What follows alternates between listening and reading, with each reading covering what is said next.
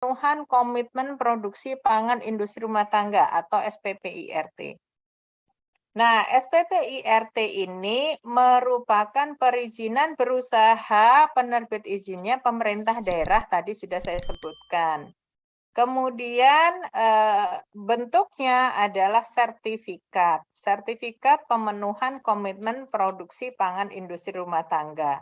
Ada nomornya tadi disebut ya, PIRT 15 digit. Kemudian berdasarkan peraturan Badan POM 22 tahun 2018 itu ada jenis-jenisnya tadi. Kemudian ada yang bagaimana cara memproduksinya dan seterusnya. Itu masih berlaku karena tidak bertentangan dengan PP 5 tahun 2021. Nah, perizinan SPPIRT itu termasuk tingkat perizinan menengah rendah. Karena dia menengah rendah, maka sertifikat komitmen. Yang namanya komitmen itu sekarang saya mendapat SPPIRT, maka 3 bulan sampai 6 bulan ke depan saya harus memenuhi komitmen itu. Mau nggak mau, suka nggak suka. Kalau tidak memenuhi komitmen, maka nomor SPPIRT Bapak Ibu sekalian bisa dibekukan. Nah, Bapak Ibu sekalian, standar-standar yang digunakan pada saat pengurusan SPPIRT ini adalah standar-standar terkait dengan untuk Bapak Ibu sekalian coba dilihat Perbadan POM 22 2018 karena masih berlaku untuk pemerintah kabupaten kota, tentu saja ada pemeriksaan sarana. Kemudian ada standar sarananya seperti apa, itu ada di peraturan Badan POM juga. Nah, kemudian Bapak Ibu sekalian, bedanya antara SPPIRT yang lama dengan yang baru bagaimana? Ini kan di kabupaten kota sedang down atau sedang close atau sedang tidak bisa beroperasi OSS-nya. Kami akan jelaskan sebelumnya Bapak Ibu sekalian itu mengurusnya 3 bulan SPPIRT.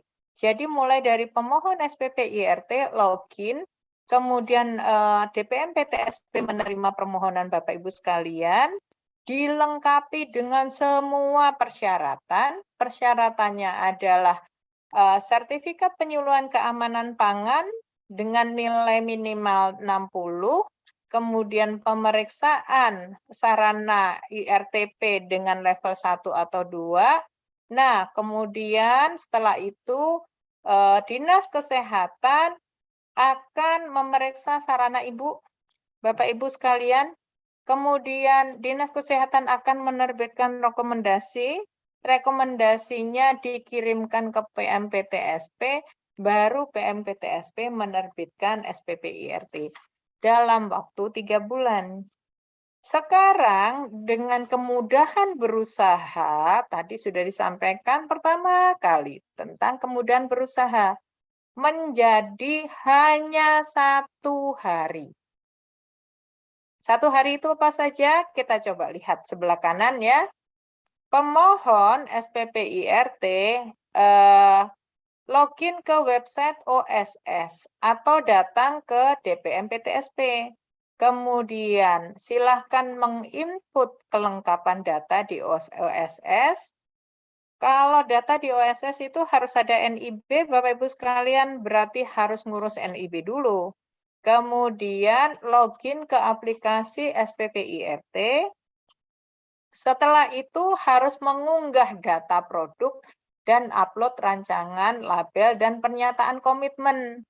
Jadi ada data produk diunggah, ada upload rancangan label juga, ada juga upload pernyataan komitmen.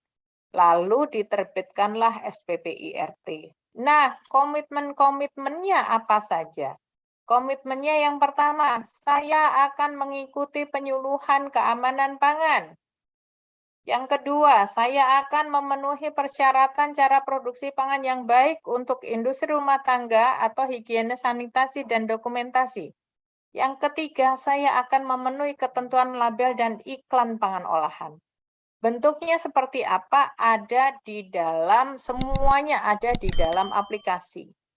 Nah, komitmen ini harus dipenuhi selama 3-6 bulan Bapak Ibu sekalian.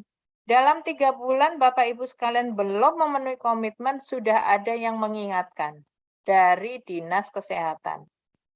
Nah, kemudian kalau 6 bulan kemudian tidak dipenuhi komitmennya, berarti nomor Bapak Ibu sekalian yang sudah didapatkan di hari pertama tadi, itu bisa dibekukan. Kalau dibekukan berarti tidak boleh digunakan. Kalau Bapak Ibu sekalian menggunakan, maka Bapak Ibu sekalian melanggar hukum. Ya. Kemudian komitmennya itu persyaratannya untuk mendapatkan standar pemenuhan komitmen tadi atau SPP-IRT apa saja ininya. Yang pertama, pasti jenis pangannya harus sesuai. Jadi peraturan Badan POM 22 2018 tadi. Kemudian harus produksi dalam negeri, tadi sudah disampaikan. Kemudian bisa juga sih berdasarkan kontrak maklunnya dengan industri juga dari dalam negeri. Nah, kemudian ada juga komitmen itu ada persyaratannya. Persyaratan umumnya adalah Bapak Ibu sekalian boleh pelaku usaha perorangan, perseorangan, tapi juga boleh non perseorangan. Jadi bisa juga yayasan misalnya, koperasi misalnya, CV, atau persekutuan firma. Kemudian, pelaku usahanya harus mengurus SPP-IRT sesuai lokasi usaha. Lokasi saya di Ciracas, Ciracasnya dekat Cimanggis. Dekat banget. Selisih 2 meter saja sudah Cimanggis karena di perbatasan ini ceritanya. Saya lebih dekat mengurus ke Depok, tetap tidak boleh. Jadi, tetap saja wilayahnya Ciracas berarti mengurusnya di Jakarta Timur. Meskipun lebih dekat ke kota atau kabupaten tetangga, tetap saja harus sesuai dengan wilayah lokasi di mana Bapak Ibu sekalian tinggal ininya. Kemudian yang kedua, data pangan olahan industri rumah tangga yang didaftarkan apa saja tuh? Kemudian pernyataan mandiri atau komitmen tadi, self declaration of conformity. Nah, kemudian itu isinya apa saja? Yang tadi saya sebutkan, mengikuti penyuluhan keamanan pangan, memenuhi persyaratan CPPB-IRT atau higiene sanitasi dan dokumentasi, dan memenuhi ketentuan label dan iklan pangan. Ada persyaratan khususnya, yaitu harus mengupload rancangan label dan mengacu peraturan Badan POM mengenai keamanan mutu manfaat gizi pangan olahan industri rumah tangga. Sarananya pun tadi sarana industri rumah tangga, dan Dinas Kesehatan akan melakukan pengawasan selama 3 bulan. Nah, Bapak Ibu sekalian, pengawasannya apa saja itu yang dilakukan?